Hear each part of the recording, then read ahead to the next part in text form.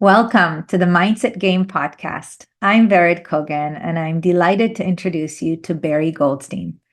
Barry's musical experience spans many styles and genres, from co-producing the Grammy Award-winning track 69 Freedom Special with Les Paul for Best Rock Instrumental in 2005, to providing ambient music for Shirley MacLaine. In addition, he has composed and produced music for television, film, major record labels, and top 10 recording artists. Barry's music is being used in hospitals, hospices, cancer centers, and medical practices. In addition, he's worked with Greg Braden as well as the father of biohacking, Dave Asprey, and reached the Billboard Top 10 New Age albums with New York Times bestselling authors Dr. Joe Dispenza, Dr. Daniel Amen, Neil Donald Walsh, and Anita Moorjani. His best-selling book, The Secret Language of the Heart, has become a go-to manual for utilizing music beyond art and entertainment, really helping people to understand how music, sound, and vibration can be used as tools for healing and transformation. And it provides over 50 groundbreaking studies that assist the readers to really understand how music can be used to improve their health and quality of life. Now, on a personal note, Barry and I first met a few weeks ago through a group that we're both members of. And since then, I've had the opportunity to get to know Barry a little bit and to hear him play in front of about 400 people. And Barry, it was absolutely magical. And you are so talented and such a kind, just beautiful human. And I'm so grateful to have you here with us today. Thank you.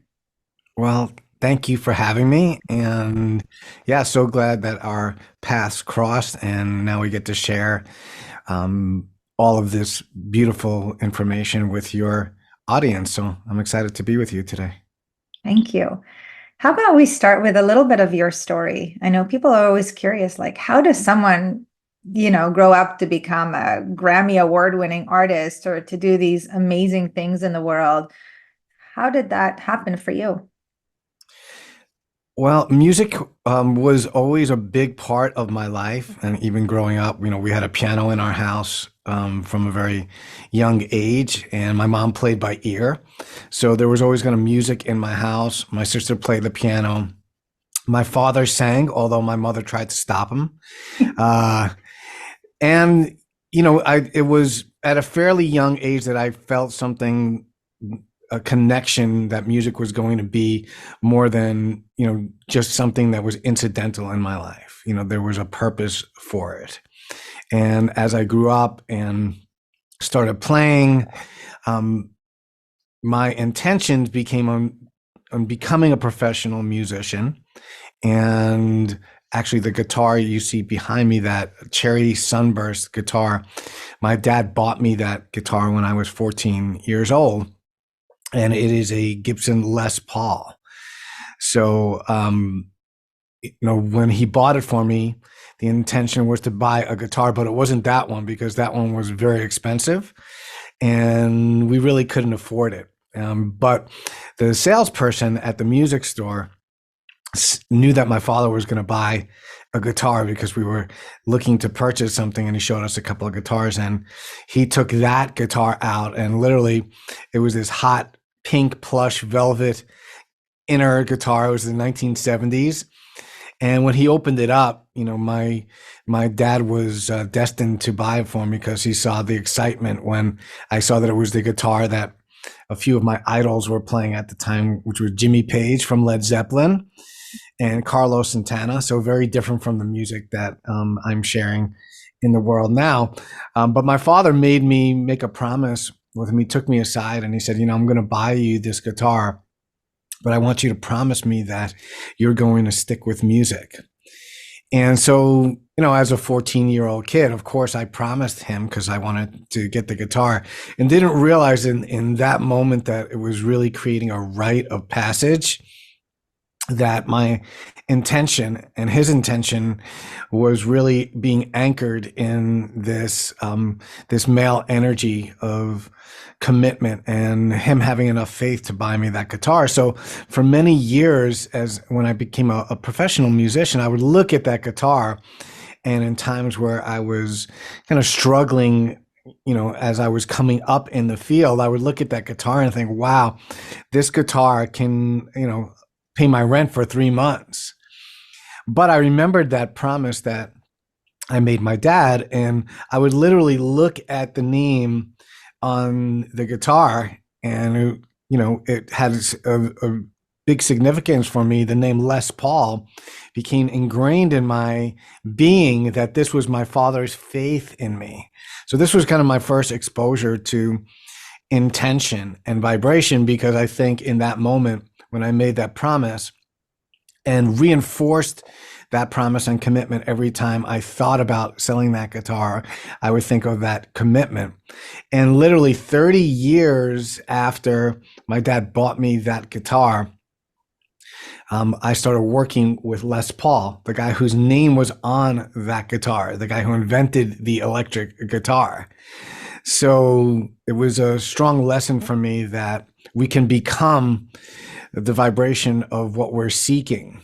And, that became a strong part of my teachings as well, that vibration is not just about music or notes, but it's about resonance. And when we are working with resonance and we become the frequency of Les Paul in this case, or the frequency of love, or the frequency of compassion, whatever it is that we are becoming, we can bring that energy into our field. So there's a field beyond us that we interact with in our everyday lives as well. And some people call that God, some people call it the universe, some people call it nature, whatever it is that works for you.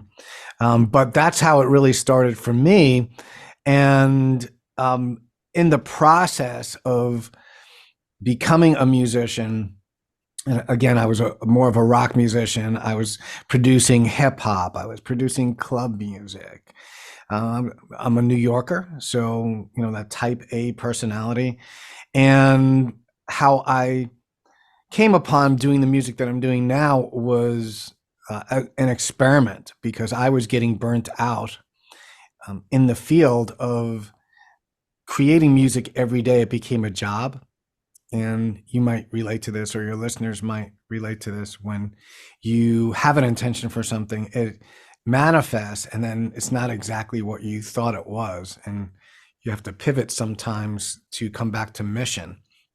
So I decided that I needed to take a journey back to my heart, and was losing my love for music. And so I did a little research, and I found that our heart at a relaxed state beats at about 60 beats per minute. And so I said, what would happen if I reverse my methodology? Instead of composing music and writing it, what would happen if I decompose to it and really let it write me? So let it just come through me. And so I set my metronome to 60 beats per minute, and I just started taking these hour-long journeys. And it was really more like painting with sound than it was with writing music. And I didn't think anyone would really listen to it. It was for my own purpose, but it was moving me to a very meditative and trance-like state, where I was able to release anxiety. And over a period of time, I created 6 of these pieces, which really helped me with the variety of things: insomnia, anxiety, stress. And so I started putting them out into the world. And what happened is we started getting testimonials of how people were using them in different ways. Everything from dental offices to people using them with their parents who had dementia or Alzheimer's. People who were getting chemotherapy treatments in hospitals, using it to relax more. Doctors using them in operating rooms. Parents using them in prenatal, and then using them to deliver their children into the world. So, it really took a more or less, it opened up my path, as opposed to me deciding that I was going to move into that area. And that really led to me becoming more curious. I knew it was working, but why was it working? And that really led to researching, and me writing the book that you held up at the beginning, and me also working with beautiful teachers in the world like Dr. Joe Dispenza and Greg Braden, who you saw me actually perform with, how music can be used beyond art and entertainment and used to magnify our mission. And that, also led to working with Dr. Daniel Amen, who is really a pioneer in research for the brain and is a big proponent of how music can be used as well. So you asked the background. That's the basic background of it, just to give your listeners some idea of where this all came from. And if you don't mind, where is this all going for you? What is the bigger mission at this point from where you are now? Well, part of the beauty of it is not knowing. It's allowing the energy. You set an intention, but there's also a part of you that needs to release the outcome of whatever that intention is. And so, I feel my intentions are fairly anchored after doing this for 35 years. The major thing that weaves through all of my work is how music can be used as a vehicle to enhance people's lives. So when I started this work, people were calling me a sound healer, and I wasn't 100% comfortable with the terminology of it, because I was somewhere in between, really, of a music producer and a sound healer, and I was like, So I made up the term musitarian, which really kind of answers your question. It's someone who dedicates their life to utilizing music to better the lives of other people. So it's really a lot of it's about collaboration for me, who I collaborate with, because I think music is a catalyst and also an alchemist to shift energy. And when we combine forces with like-minded individuals, we have the ability to create resonance, which that's what resonance is. When a similar frequency amplifies the frequency of, in this case, another person, you have, what's called synergy, which you create something that neither one of you could have created on your own. Would you be willing for us to, or to give us an experience of this now? Perhaps of you playing something from your heart, to help all of us amplify, as you have just said, come into resonance with ourselves and perhaps with one another? Sure. Even before I play music, I think a great starting point and a great awareness, because most people think of music that is something that happens to you. But really, for me, redefining that a bit is music is also something that's happening in you. So when you hear a piece of music that resonates with you, that you love, a lot of times people have reactions in their physical body to this. They have goosebumps, or we call it God bumps, or they have shivers, or they feel very expansive, or they feel very contracted. This is because you have music that's going on in you. And we have a heartbeat, we have our breath. And this is really what coherence is about, for those of you who have heard the term coherence, but you're not really sure how it relates to music or the physical body. Just to give you a little background, so before we have an experience, what's going on in our physical body, and how does that connect to our emotional, spiritual, and mental bodies? Because all of these together equal our health, right? Those four bodies when we're working with them. So when we're working with heart coherence, and that is what I was working with when I was experimenting on my own, I just didn't know that's what it was, right? We're moving to smooth and orderly rhythms in our heart. So, Jared, if you imagine for a moment that every part of, or every system in your body that is operating, were part of an orchestra. Mm. And each one of them had a unique part that they played in the whole. But they all decided that they were going to play whatever music they wanted to at whatever tempo they wanted to. What would that sound like? Not very coherent. Right. It would probably be dissonant, right? Or incoherent.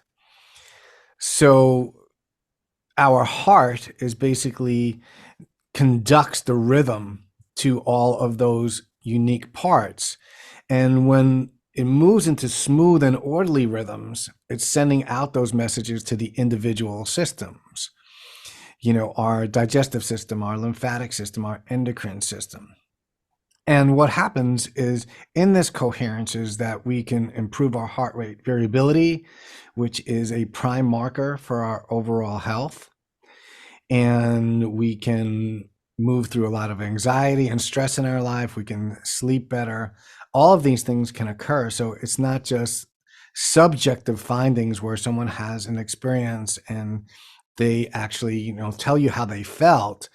This is actually being studied through objective findings, which show that when we move to these orderly rhythms, that we enhance our overall health and well-being. And two of the ways to get there that I'm going to talk about, one of them is moving to these elevated emotions. So when we're in a space of kindness, compassion, empathy, that the research shows that our heart moves to those coherent states when we're in those emotions. But when we're in the emotions of anger, frustration, shame, guilt, that our heart moves to incoherent states. They're more jagged and they're not smooth, and the rhythm is not, moving in conjunction with in a coherent way, which we can see through EKG, and we can see that in actual research that's behind this. So when we're moving to these states, emotions is one way to do it, but also through music, because music engages our heart as well through emotion, but also through targeting specific tempos. So when we're targeting our heart at a relaxed state, we move into what's called entrainment, or you might think of it as synchronization. When our internal rhythm, which is our heart, it actually can synchronize with an external rhythm in music. And that is how we move into these coherent states. So the first part of this is really listening to our heart, and it's a two-way conversation. So I know we hear a lot, in this type of work, place your hands on your heart. So what is actually happening when we are doing that? I like to know the why behind it as well. So when we're placing our hands on our heart, it's something that's very sacred.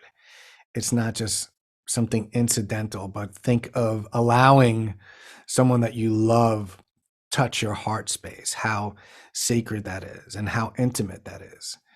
It's the same thing when we are touching our own heart. So we're giving ourselves permission to send ourselves love and to receive love.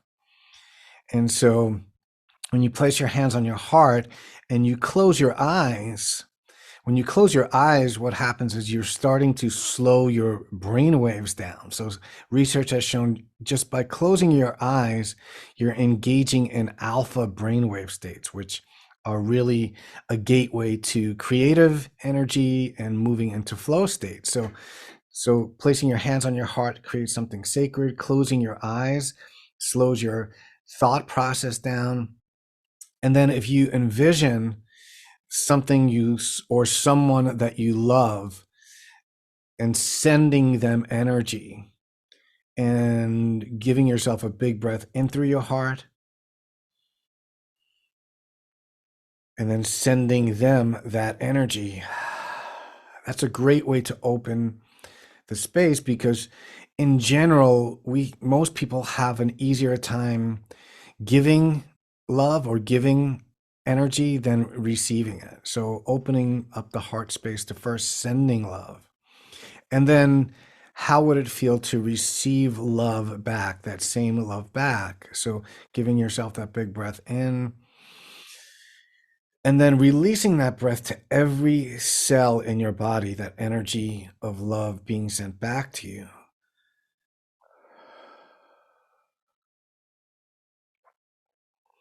And really just allowing yourself to feel your own heartbeat for a moment. Just take a moment to move into silence and just feel the energy of your heart beating on your hands.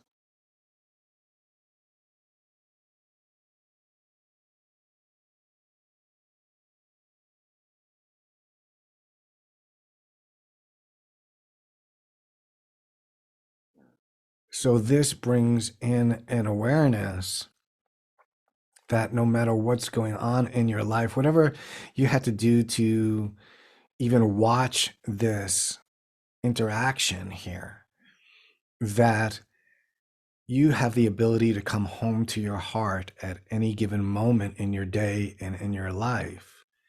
And you have your own unique vibration. So even if you had an interaction in your day with someone else and you might feel like your energy's contracted, or you might feel you need to cleanse or clarify your energy, you can do this simply by moving into the space of placing your hands in your heart, connecting with your own life force. And this is what some of us call vibration. But in this case, it's our own life force that we're connecting to. And this really is our home. So when we talk about being heart-centered, it's not a coincidence. These are not just, words that someone made up. The heart is in the center of our energy system, which some people refer to as chakras as well. And then we have 3 below and 3 above, and the heart is the center. So for me, everything starts from the heart and ripples out from the heart. And this is what I call your internal symphony. So when you begin to listen to this every day, and this is what I meant by music is something happening in you. This is your inner orchestra. And this is your ability to listen to music in a new way. And then when you do, when you listen to regular music, it's much more amplified. You're much more present. You're much more expansive to receive it because you're starting with such a subtle listening of speaking and listening to your heart. And if you do this on your own, when you move into that space where you feel really connected to that, I invite you to ask your heart a question, because it's not just a one-way conversation. Your heart is constantly speaking to you. We call this our intuition or our gut feelings. But ask yourself or ask your heart a question that you might want answered. And actually, you can do that as I'm playing the music for a few minutes.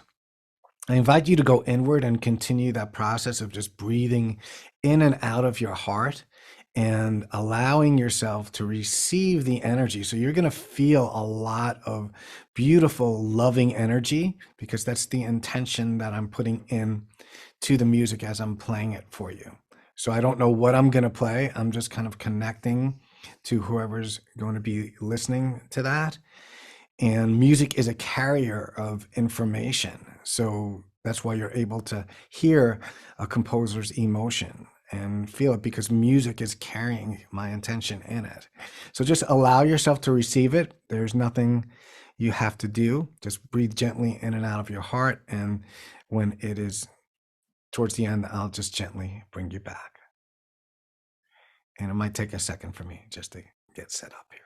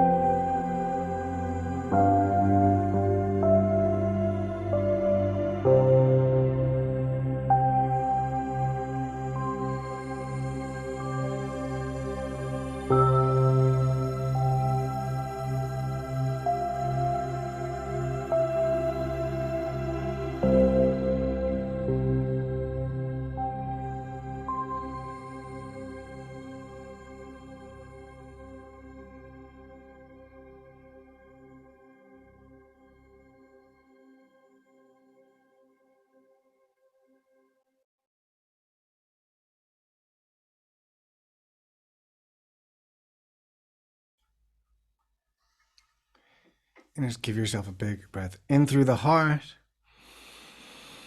Big breath out.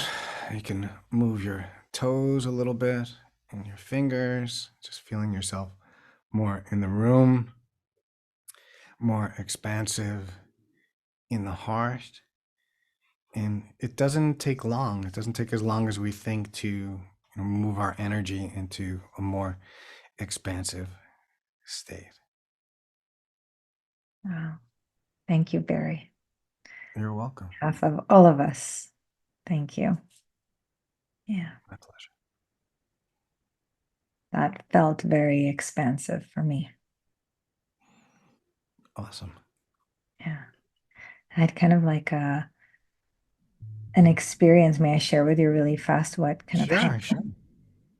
So it was almost like I was floating up above, this moment. And when I got high enough, I could see that the woman down there, is just like all the people all around the world. And it felt very, you know, just connecting and very loving.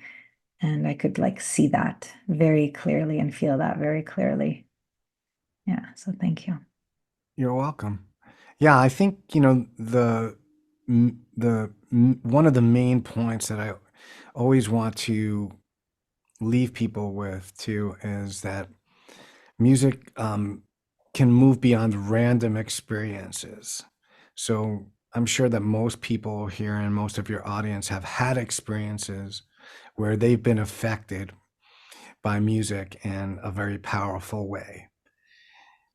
And the differentiation is that we don't have to wait for these events to occur.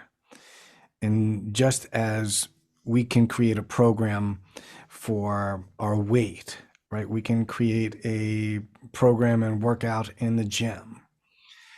We can have the knowledge that all of that is beneficial to us, but until we implement it in a program in a practical way, we don't see results. And it's really the same thing with music. So everyone's like, "Oh, great, we have this great experience, and for 5 minutes we feel this expansive state."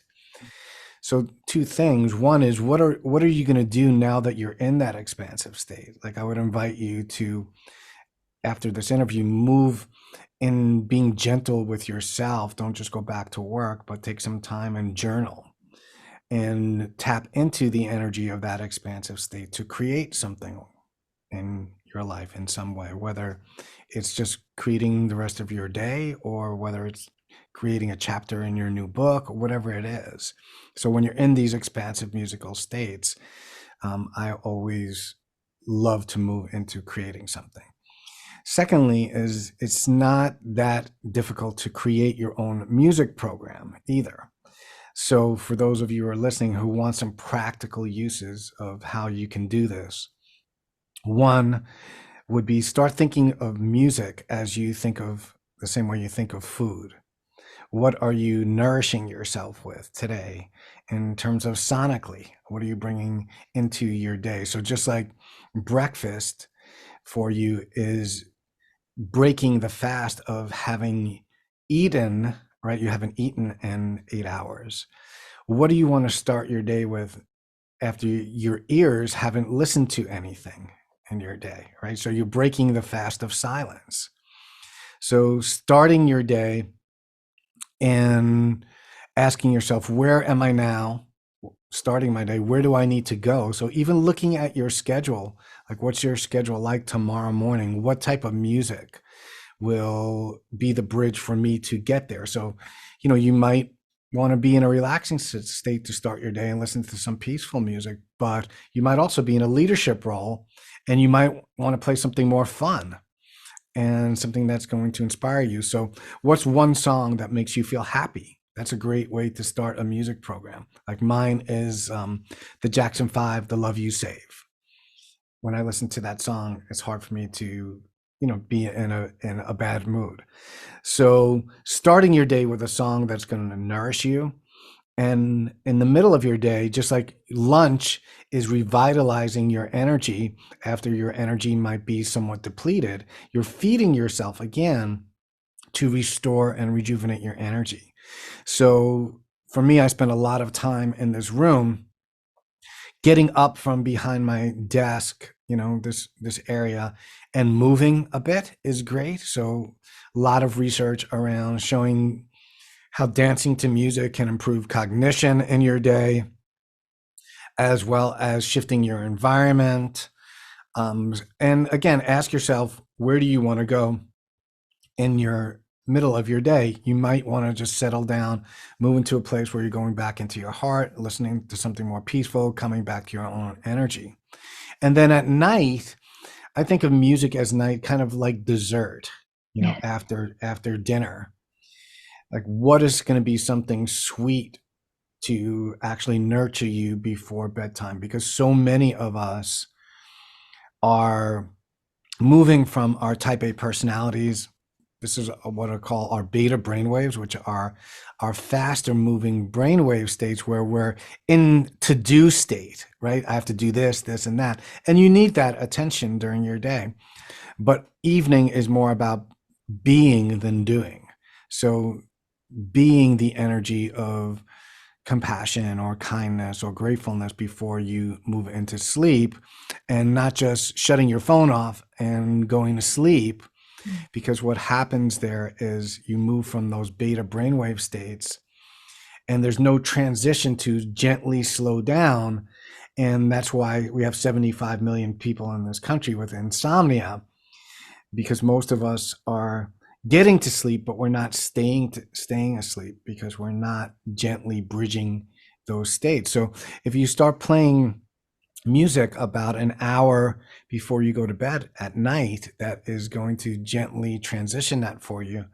And I recommend music at about 60 beats per minute, which if you look that up on YouTube, you'll find it, or you can find that on my website, and we'll share that with you as well. That's a great way to transition and move into that state. And also take a moment or two to move into a heartfulness process. So a lot of us are familiar with mindfulness, but for me, it's moving out of the mental state before bedtime and not the thinking mind, but more of the heart, and looking at your day, like what were some of your challenges? What were some of your successes in your day? And this will give you your mind a chance to process that and to feel the energy of that. What did you learn from those challenges? And moving through that process and moving into a state of gratefulness and saying, wow, I'm grateful, even though this was a challenge, and you understand what you learned from it, then you can release the thought of that before you go to sleep, and you don't have to wake up thinking about it again. So these are just some very powerful and easy ways to implement music into your day. And, I can go on for hours, on the studies and with Alzheimer's, and, the studies of how music can be used in Parkinson's disease, how it's being used for autism, and there's just a lot of research, so much more than we had 10 years ago. There are studies on the benefits of drumming circles and the benefits of chanting Om. So in lots of ways, science is catching up to spirituality. It's not the other way around.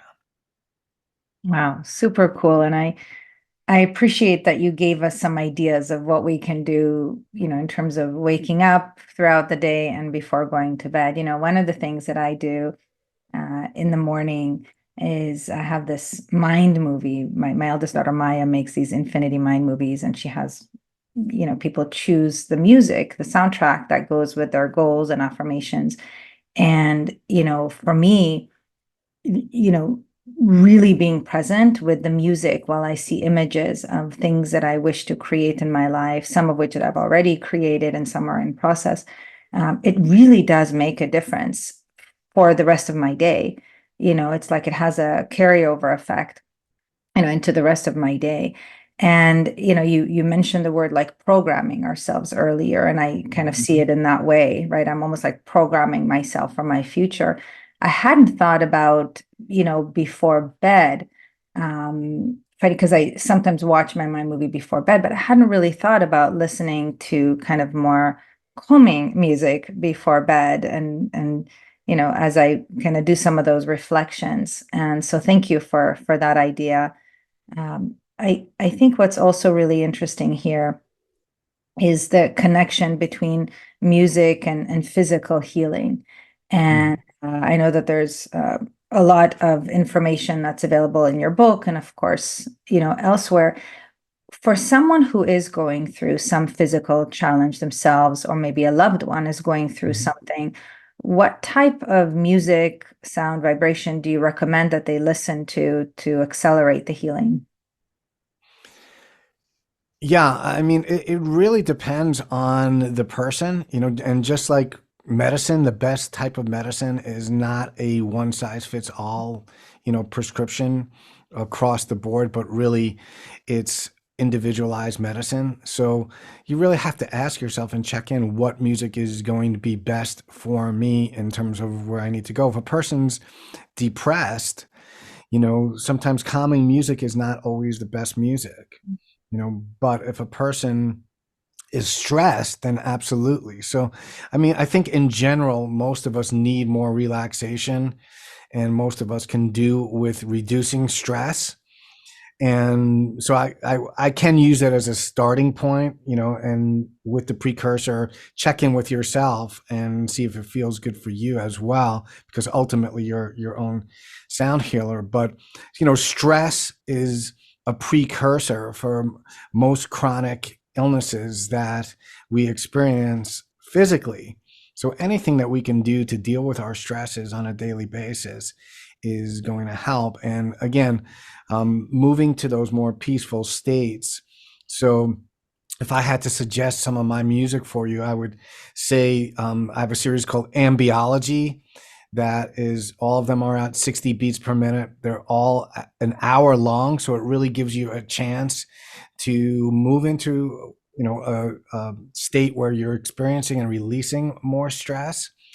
And when we're looking towards affecting the physical body, you really have to set aside some time to do that. Would you just work out for 5 minutes if you were working out your physical body? Probably not, right? You're probably going to work out for at least a half an hour. So think about that with your emotional and your mental body as well, and your physical body, that in order to really move into what we call a parasympathetic state.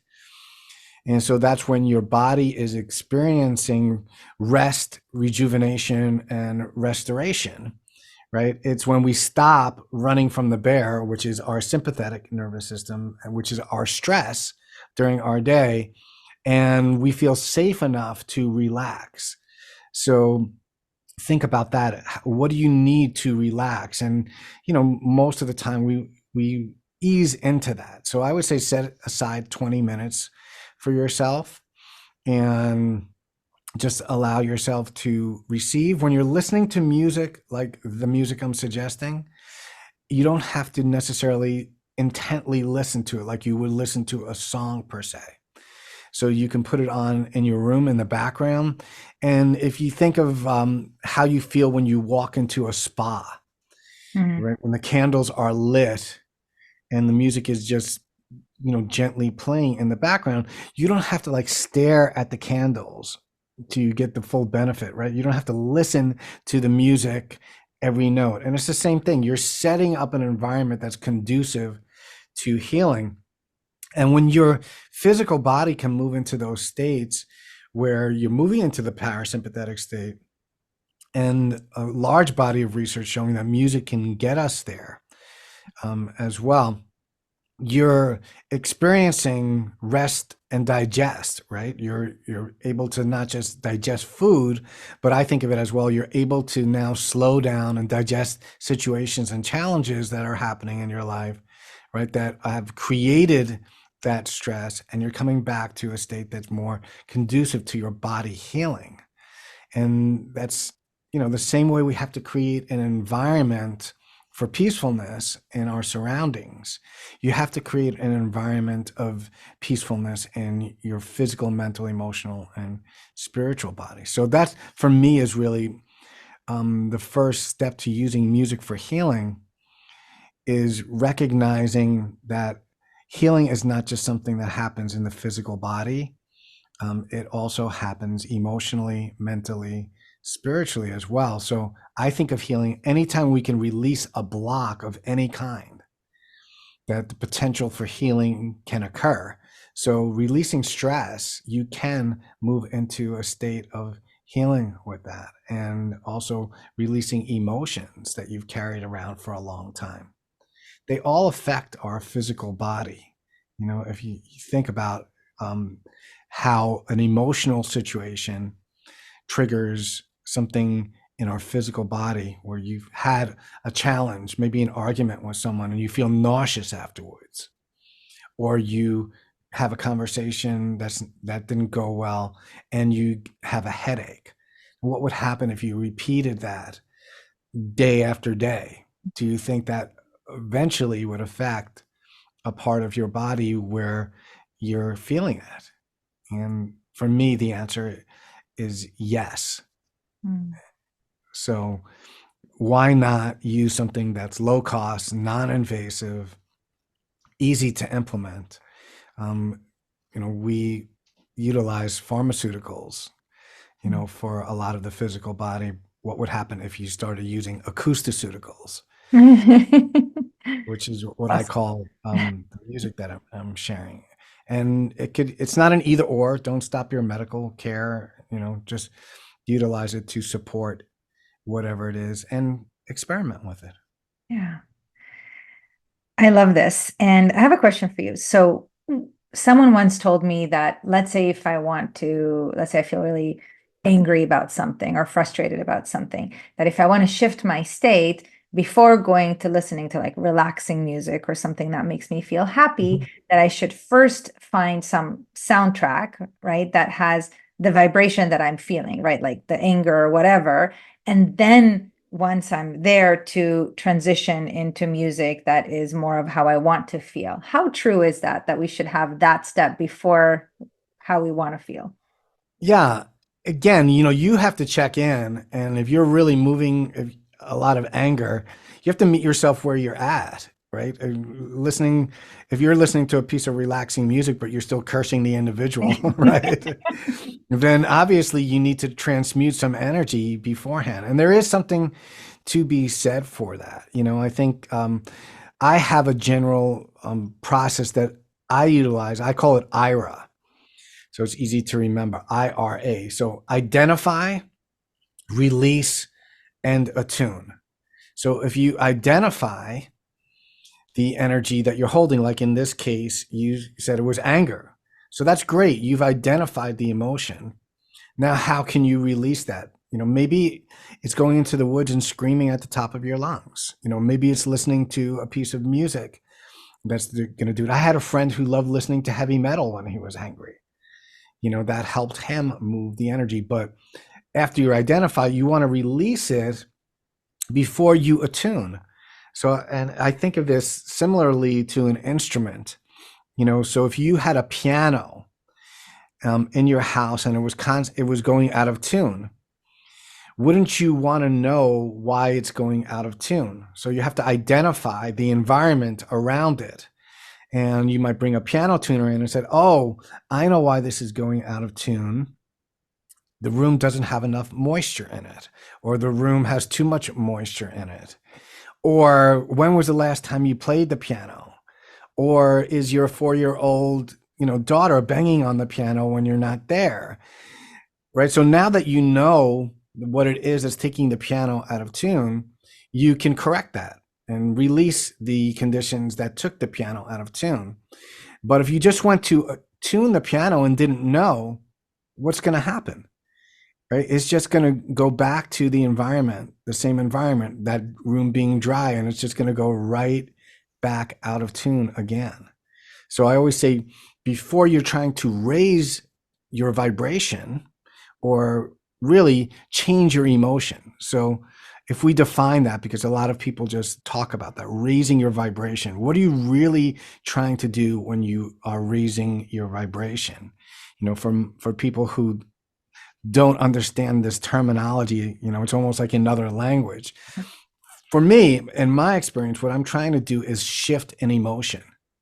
I'm trying to shift a heavier emotion and move to a lighter emotion and become more expansive. And that is how I think of raising my vibration, is I'm moving to a place where I'm better than I was before I started, listening to this piece of music. So it's an upgrade of some kind. But I think there's a lot to be said for that, Vered, in terms of meeting yourself where you're at.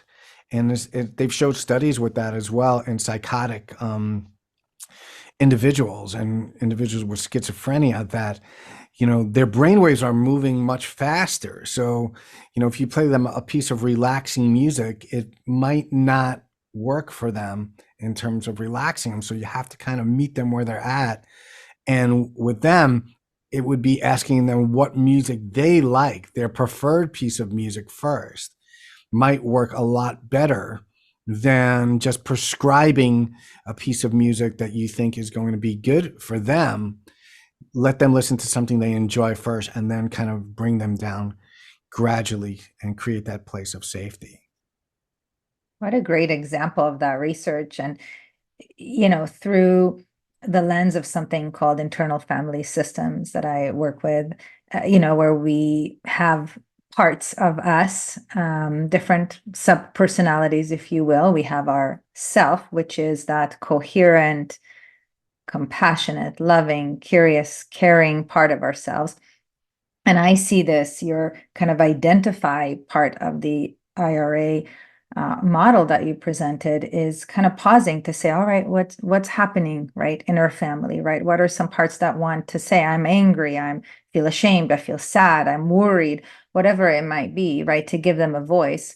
And that can be by asking ourselves how we're feeling. That can be by listening to music that allows that emotion to move, to be felt, to be expressed. And from there, as you said, once we meet the parts of us where we are, where they are, then we can help them to release any attachments, any false beliefs, things that are stories that are going on in that moment that created that feeling. And then ultimately attune to something that is higher, which is our true self. That is what you're describing and what I felt as you were playing the music earlier, that expansive, loving truth of who we really are. Mm, well said. Yeah. And, you know, you don't have to be a musician to experience working with sound. The way that you just utilize your voice, you can hear your authenticity in your voice, right? So when your emotion and your intention are combined together, what do we hear is authenticity. And we're constantly using our voices, as you said, to give things a voice. It's a beautiful awareness because we're using our voices all the time. Either we're using them to create harmony in our day, or we're using them to create dissonance. And when you tell someone who's going through a challenge, and you say, it's going to be okay. Don't worry about it. I love you. You have someone here who's with you. Then you're using sound healing because in your voice gave them permission to just be and to let go. And it works the other way around as well when we're not listening and we're saying something, but we're not necessarily fully present. And I'm sure you've experienced this in your life where you've said, well, I know they said it, but I didn't really feel it. Someone apologizing to you, and not truly meaning it. We have our detectors, on. Most of us can know when someone's being authentic or not. And again, this is our heart, our inner sound system talking to us. And so all of these things are innately part of our life, and sound is built into that. We're constantly using terms like, oh, I'm out of sync, or I need some sound advice, right? Oh, I need to tune in more. I need to create harmony in this situation. These are all perfect examples of sound, not just being music, but really being a way of life. It's really a way to live your life more so than it is just music. And, I invite you to think of that, in your day, when you have the ability to change someone's day just by being present and voicing that we are constantly co-creating with each other. We're constantly serenading each other, with our voices, with our intention, with our words. And that's all, for me, that's all part of sound healing, and very often a part that we don't talk about enough, our presence. And this is why I'm so grateful that you are making us even more aware of this and giving us examples and even a visceral experience in our conversation today of that. And it reminds me just how powerful we are in terms of how our energy, our vibration, right, can impact others, right? As you said, when we're present, when we're not in judgment, when we're in curiosity and compassion, regardless of the words that we use, people do feel more loved, more safe, more held, right? And and also how uh, empowered we are. So how powerful we are to affect change and others, healing, and so on. But also how empowered we are ourselves to use sound and vibration to follow the steps that you taught us today, right? Like identify, release, and attune, and find music that helps us to feel good in order to connect with our own heart, with our own hearts, if you will, and soothe what needs to be soothed and radiate even more love, as you said, first and foremost to our body and then out to people in our world. And it takes the whole concept of victimhood or helplessness, Mhm. aside, because we really can do something.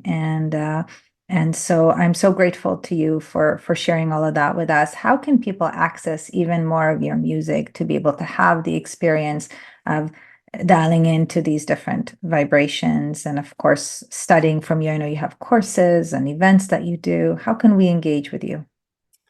Um, well, I'm pretty easy to find. So, any of the major platforms, just to kind of on a daily basis are great. Instagram, YouTube, Spotify. You can find some of my music on there. If you're looking for more of my more in-depth work, and my courses are at the sound of transformation.com. So it's THESOUND transformation.com. And also my website if you want to find out new things that I'm doing, and also retreats and new music that's coming out. And also, I'm actually getting 3 free pieces of music. You can sign up for my email list at barrygoldsteinmusic.com and become part of what I call my sound tribe. So we have a very beautiful and safe community for people to participate and explore sound and really learn what music is going to take you to more expansive states and really how to begin that conversation with your heart, because these are things that we don't really learn in school, but we probably should, in terms of the heart's intelligence, you know combining with the brain's intelligence to really expand and explore our life path more fully. So that's what most of my teachings are about, is really the power of the heart. So thank you so much for sharing your world with me. It was pure joy. And would you be willing to transition us out of this conversation with some music? Yeah. How about if I play you a song? Beautiful. Thank you. All right. I'm actually going to put on my headphones. And you've heard this song before, Barry, because you were live at Celebrate Your Life. Oh my gosh. And I have that visual of almost 400 people being unified in movement and in heart with that music. So I'm excited. Thank you. Yeah. So actually, this is a song called There's an Angel Watching You.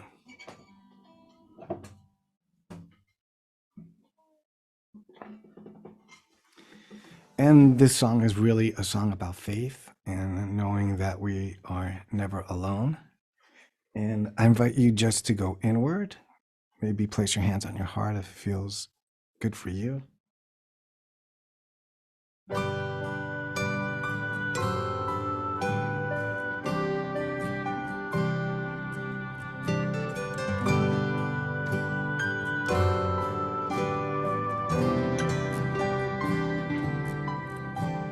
Faith is never lost, but sometimes it's hard to find.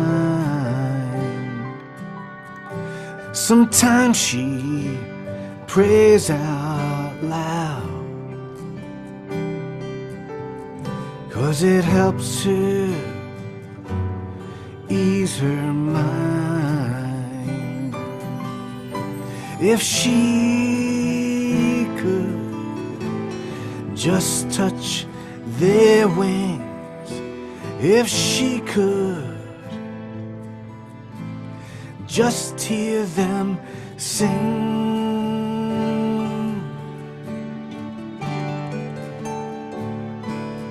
then there's one white feather from the sky.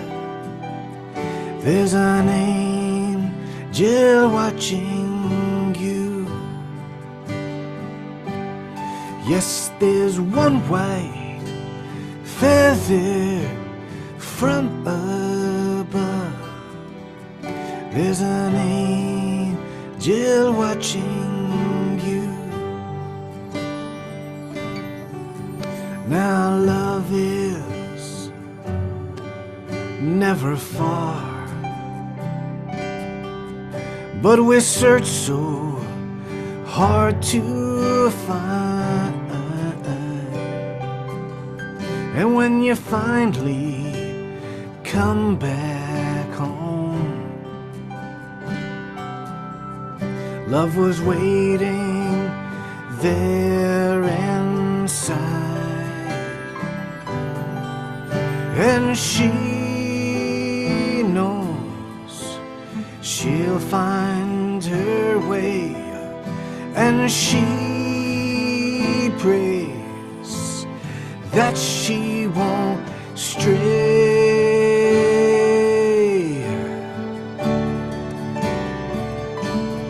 Then there's one white feather from the sky.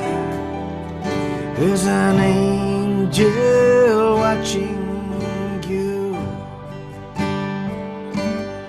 Yes, there's one white feather from above. There's an angel watching you.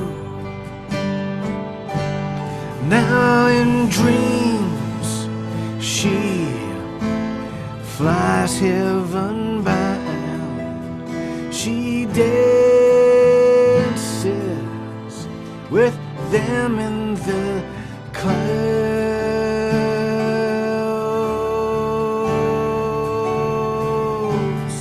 Then there's one white feather from the sky.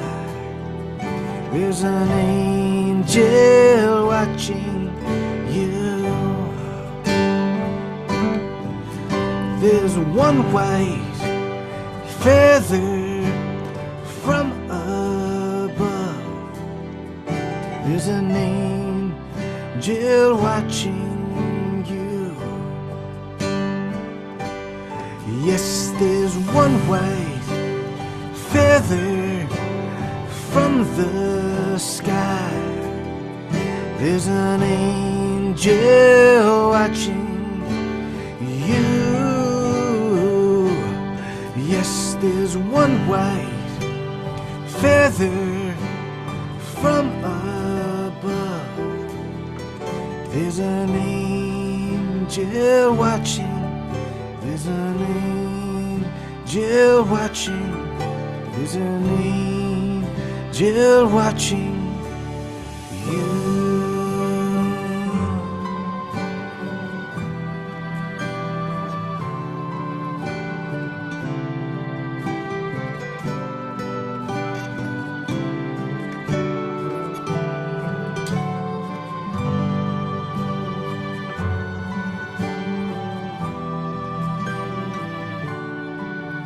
There's an angel watching you.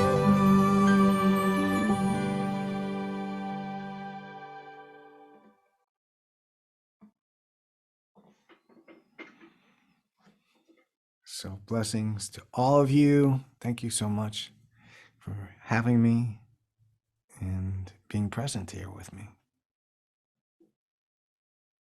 Thank you, Barry. Oh, my love. Back.